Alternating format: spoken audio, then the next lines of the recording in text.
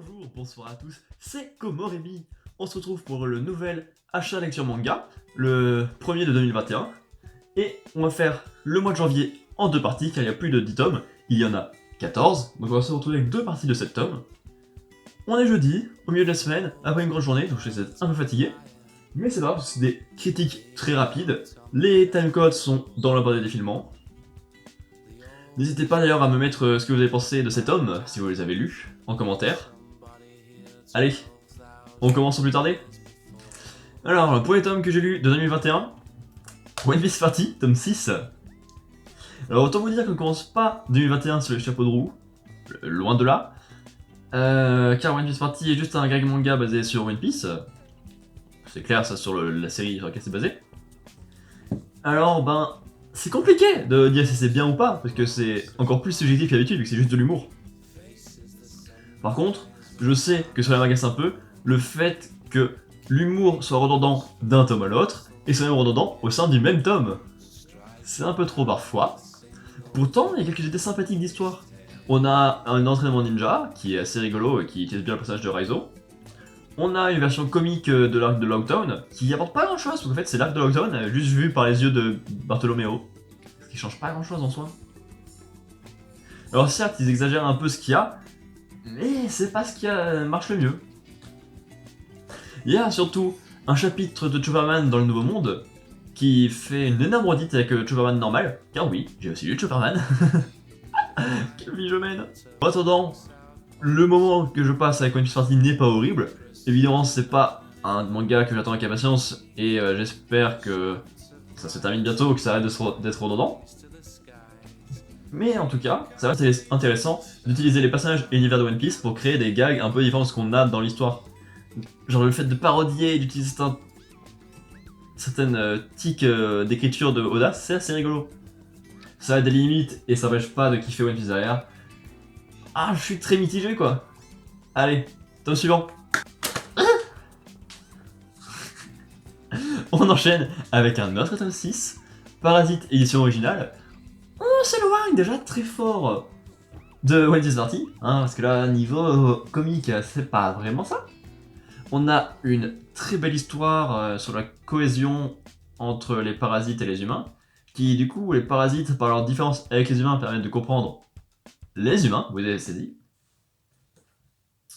On a pas mal de grosses parties, donc Shinichi, notre héros, est déshumanisé au possible depuis quelques temps, et on suit des personnages qui sont bien plus humains que lui dans ce volume. Un détective qui perd beaucoup et qui veut se venger, en faisant perdre beaucoup à son tour, mais qui a du mal à mettre au point sa vengeance terrible. On a Reiko, de qui il voulait se venger et qui est là depuis pas mal de temps, qui est vraiment passionnante. Le traitement qu'elle a avec son bébé et son évolution, sur le fait qu'elle soit finalement très différente des autres parasites, c'est passionnant. J'adore ce personnage. On a également l'amoureuse de Shinichi, qui est dans les parages assez souvent, qui n'apporte pas grand chose par elle-même, mais qui permet de montrer comment Shinichi s'éloigne ou se rapproche d'elle, et donc des humains. Donc c'est... en gros, il y a la valeur étalon qui permet de ne pas se perdre dans l'évolution de Shinichi, qui est un gros morceau de l'œuvre, donc c'est assez intéressant de le mettre en œuvre. Et à la fin, une sorte d'interrogatoire où un parasite est utilisé par la police pour trouver d'autres parasites, et risque de poser quelques problèmes à notre héros. Bref, les choses bougent bien, c'est toujours aussi passionnant, il reste 2 tomes. Je peux que vous valider. Ouais, je le valide pour vous. Parasite, sans aucun souci. Allez, tome suivant. Hop. Eden Zero, tome 12. Je crois que ça faisait 7 ou 8 tomes que j'ai pas pris un peu de plaisir avec Eden Zero. Et là, j'en ai repris. Ça fait plaisir à voir. En même temps, on a le combat final qui nous est teasé depuis pas mal de tomes, entre Shiki et Drakenjo.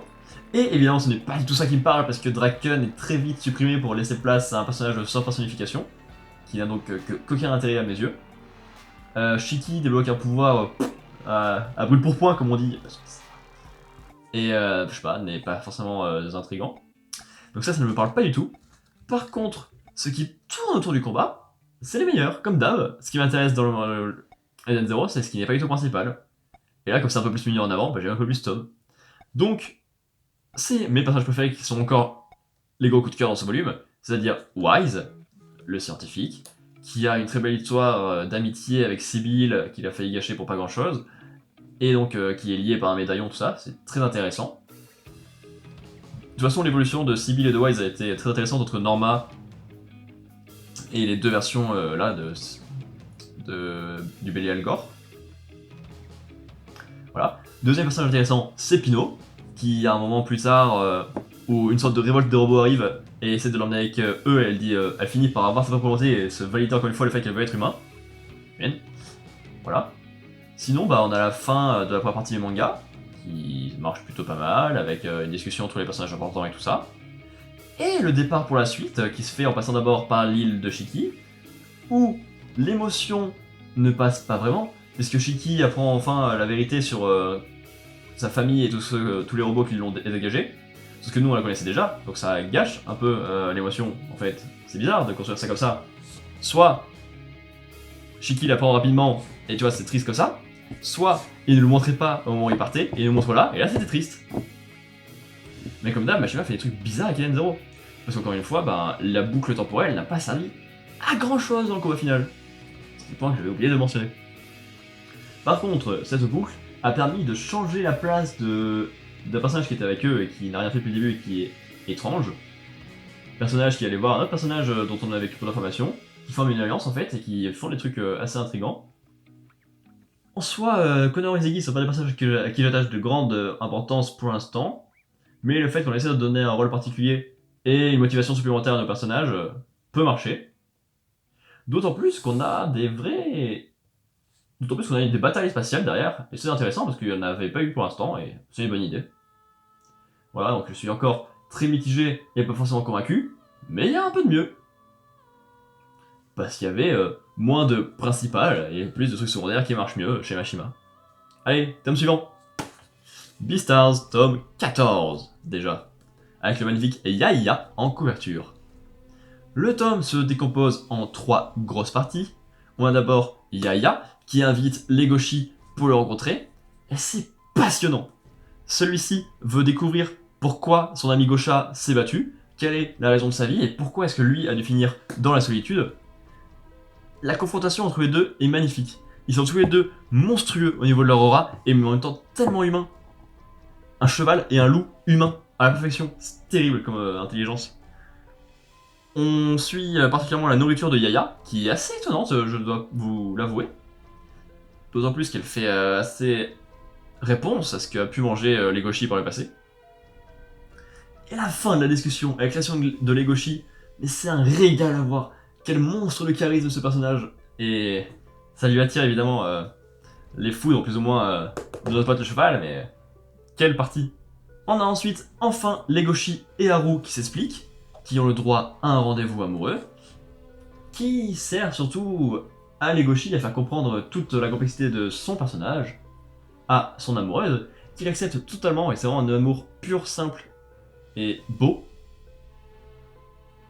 Et en même temps, cet amour, il est frappant par la dangerosité qu'il porte, ça on le sait très bien. En plus, c'est rejustifié à nouveau parce qu'on a un couple carnivore et herbivore montré dans ce volume, qui finit pas forcément au top du top. Et la bande amoureuse finit dans un coin assez dangereux, que je m'attendais pas à voir avec Haru. Et c'est franchement très bien trouvé et très intéressant pour le développement des personnages. Et pour le développement futur de la confrontation entre Yaya et Legoshi, ça y a pas à en douter. Enfin, Yaya va à l'encontre d'un médecin pour une mission. Médecin qui maîtrise sa langue comme personne, et j'aime les genres de personnages qui ont leur langue comme arme. C'est très intriguant. D'autant plus qu'il s'agit d'un mélange assez intéressant d'animaux qui cache un lourd secret et qui semble porter une vengeance profondément dans son cœur. J'ai hâte de voir où il va nous mener avec ça, et voir s'il va réussir à le lier. Peut-être qu'à un moment, Yaya va être mis en danger, va être sauvé par Legoshi, qui comprendra alors à quel point le sens de l'amour est important, vu qu'il fera ça pour sauver Haru. Ah, je théorise, j'aime pas ça, mais c'est parce que Beastars c'est tellement bien, putain. Chaque tome est une merveille, j'ai bien fait de le passer numéro 2, top 2 de mes lectures manga, en 2019 et en 2020. Allez, tome suivant. My Hero Academia, tome 27. très bon morceau, encore une fois. Pas totalement, je suis pas totalement convaincu. Je sens que ça va me faire une Marineford ou une armée de coalition. Je suis pas fan des grandes guerres qui rassemblent des milliards de personnages, car le récit est trop lourd après et peu intéressant au niveau de l'évolution des personnages. Effectivement, les héros attaquent la Ligue des méchants en 2 lieux différents. Il y en a un qui m'intéresse que très peu car il est porté par Mirko, 5ème du classement des héros, et qu'on voit en action pour la première fois. Elle est très gentille, je ne dis pas. Elle est très persévérante et elle fait tout pour sa mission, je ne dis pas. Mais le développement de personnage et la réflexion derrière, c'est pas des masses ça. Elle a des belles actions, mais c'est pas ça qu'il me faut pour m'attacher à un personnage, donc j'ai surveillé ça comme j'ai pu. D'autant plus qu'elle était face à un personnage intéressant de professeur qui cache des lourds secrets et qui peut être très intriguant, alors pourquoi ne pas l'attacher, nous faire attacher directement? Enfin, tout le monde est attaché à Mirko, mais pas moi, évidemment. Mais bon, je compte sur la suite et sur le docteur pour nous y attacher. D'autant plus que ce duo d'adversaires est rejoint par un personnage chaud bouillant à la fin du volume, et ça risque de faire des étincelles. Mais c'est surtout l'autre côté de la bataille qui m'a plu au possible, car on a la confrontation teasée sur la couverture, qui paraît assez étonnant quand on a vu leur relation au fur et à mesure des volumes précédents, et qui est tellement déchirante, c'est pas possible. Ça m'a tué de dire ça. Leur réflexion sur le fait de trouver leur famille, de savoir qui est vraiment méchant entre les super-héros et les super-vilains, de savoir si la vie est vraiment réussie ou pas. Ah, tellement passionnant. Nous assistons à une fin de personnage assez tragique, je m'attendais pas à avoir un mort dans My Hero Academia, mais le voilà, et ça va changer quelque chose, parce que ça fait perdre une belle puissance à l'équipe à qui elle appartient. À côté de ça, on a aussi les élèves qui interagissent un peu dans cette bataille, dans ce côté de la bataille. Par exemple, Denki qui est séparé des autres et qui reçoit un beau message de Kyoka, comme il l'avait fait précédemment pour eux. Bref, c'était très intriguant ça. Et voilà, en gros, moi je retiens surtout cette confrontation-là. Et le sauvetage pas fou Mikage à la fin. Bref, ça annonce du lourd et des gros changements, mais le récit est un peu trop chargé par moment. D'autant plus s'il prend le temps de nous mettre en avant des personnages dans des actions rocambolesques sans les avoir attachés avant à eux. Mais pressé avant le tome 28. Allez, avant-dernier tome et tome suivant. Hop, One Piece, tome 97. Est-ce que je vous ai déjà parlé du fait que je n'aimais pas trop les guerres trop chargées, car après, les personnages avaient du mal à les développer et à être intéressants. C'est le lancement de la guerre de Wano Kuni. Autant vous dire que je ne suis pas passionné par ce tome alors que je suis un aficionado de One Piece. La préparation de la guerre était déjà pas folichonne alors que c'est la partie préférée. Donc autant dire que j'avais un peu peur. Et c'est plutôt justifié. Parce qu'on a une suite de personnages qu'on connaissait déjà qui arrivent petit à petit. Donc c'est très bien qu'il s'agit de personnages teasés, censés arriver depuis quelques temps, mais surprises en même temps. Surtout qu'ils remplissent un peu l'équipage, ça se fait plaisir. Mais à côté de ça, on a pas mal de personnages qui étaient juste attendus et qui sont là, et ils sont là, donc pas grand chose à en dire. À côté de ça, on apprend aussi qu'il y a un traître du côté des méchants. Il était, ma foi, fort évident, beaucoup plus que celui du côté des gentils, ça y a pas à dire. Mais pour l'instant, il change pas grand chose. Surtout, ce qui m'a marqué en ce tome, c'est le coup de génie de Kinemon, qui est vraiment tiré d'un humour excellent. Putain, ça me tue. Parce que celui-ci a juste fait c'est-à-dire, il a cru un plan qu'il a donné à tout le monde, et en fait, ceux qui ont réfléchi derrière, ils l'ont vu différemment, et ceux-là pensaient que tout était fait exprès et que Kinemon était méga intelligent. Ça me tue de rire. C'est très drôle.